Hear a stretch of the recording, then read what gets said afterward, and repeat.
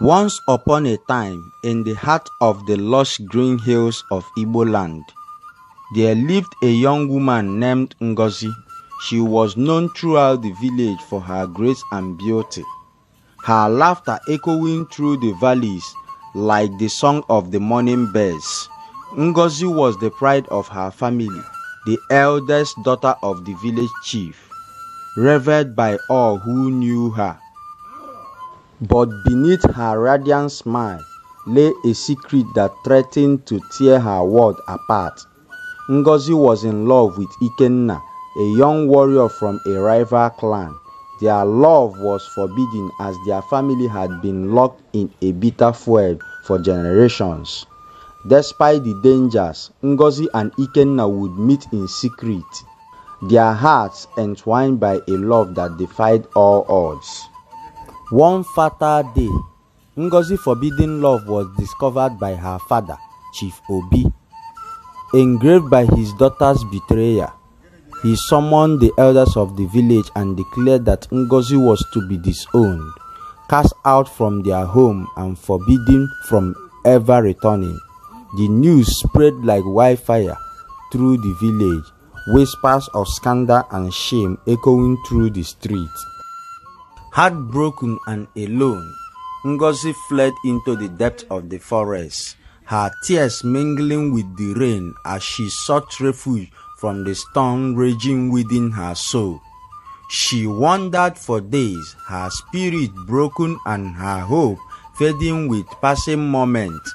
But just when she thought all was lost, she stumbled upon a hidden blade nestled deep within the forest, where the trees whispered ancient secrets and the air was alive with magic. In the heart of the glade stood a towering baobab tree, its branches reaching towards the heaven like the fingers of the benevolent God. Drawn by an unseen force, Ngozi approached the tree and placed her hand upon its rough bark, feeling a surge of energy coursing through her veins. In that moment, she knew that she had found her sanctuary, a place where she could rebuild her shattered life and forge a new destiny. Days turned into weeks and weeks turned into months as Ngozi carved out a life for herself in the enchanted glade. She hunted for food, gathered herbs and berries from the forest, and tended to the sacred fire that burned at the foot of the baobab tree. With each passing day, her bond with the land grew stronger, her spirit nourished by the ancient wisdom that permitted the air. But despite the peace and solitude of her newfound home, Ngozi could not forget the love she had left behind. She longed to be reunited with Ikenna, to feel his arm around her once more and hear the sound of his laughter ringing in her ears. And so she made a decision that would change the course of her destiny forever.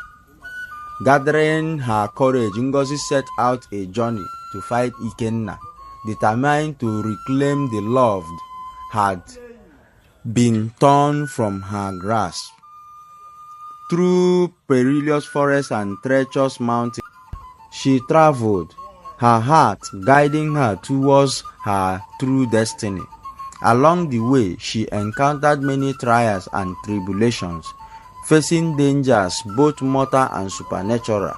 But through it all, she never wavered in her determination to find her beloved. Finally, after many long and arduous months, Ngozi arrived at the village where Ikenna lived, her heart pounding with anticipation as she approached the familiar streets. But to her dismay, she found the village in turmoil, its people gripped by fear and uncertainty. A great evil had descended upon the land, threatening to destroy everything in its path. With no time to lose, Ngozi sought out Ikenna, finding him amidst the chaos and despair that had engulfed the village. Together, they devised a plan to confront the darkness that threatened to consume them, drawing upon the strength of their love and the power of the land itself. And as they stood side by side facing their greatest challenge, yet Ngozi knew that she had finally found her true purpose in life. In the end, it was not the love of her family or the approval of the society that defined Ngozi's journey, but the strength of her own spirit and the depth of her courage. She had been disowned and cast out from the walls she had known, but in doing so, she had discovered a strength within her that she never knew existed.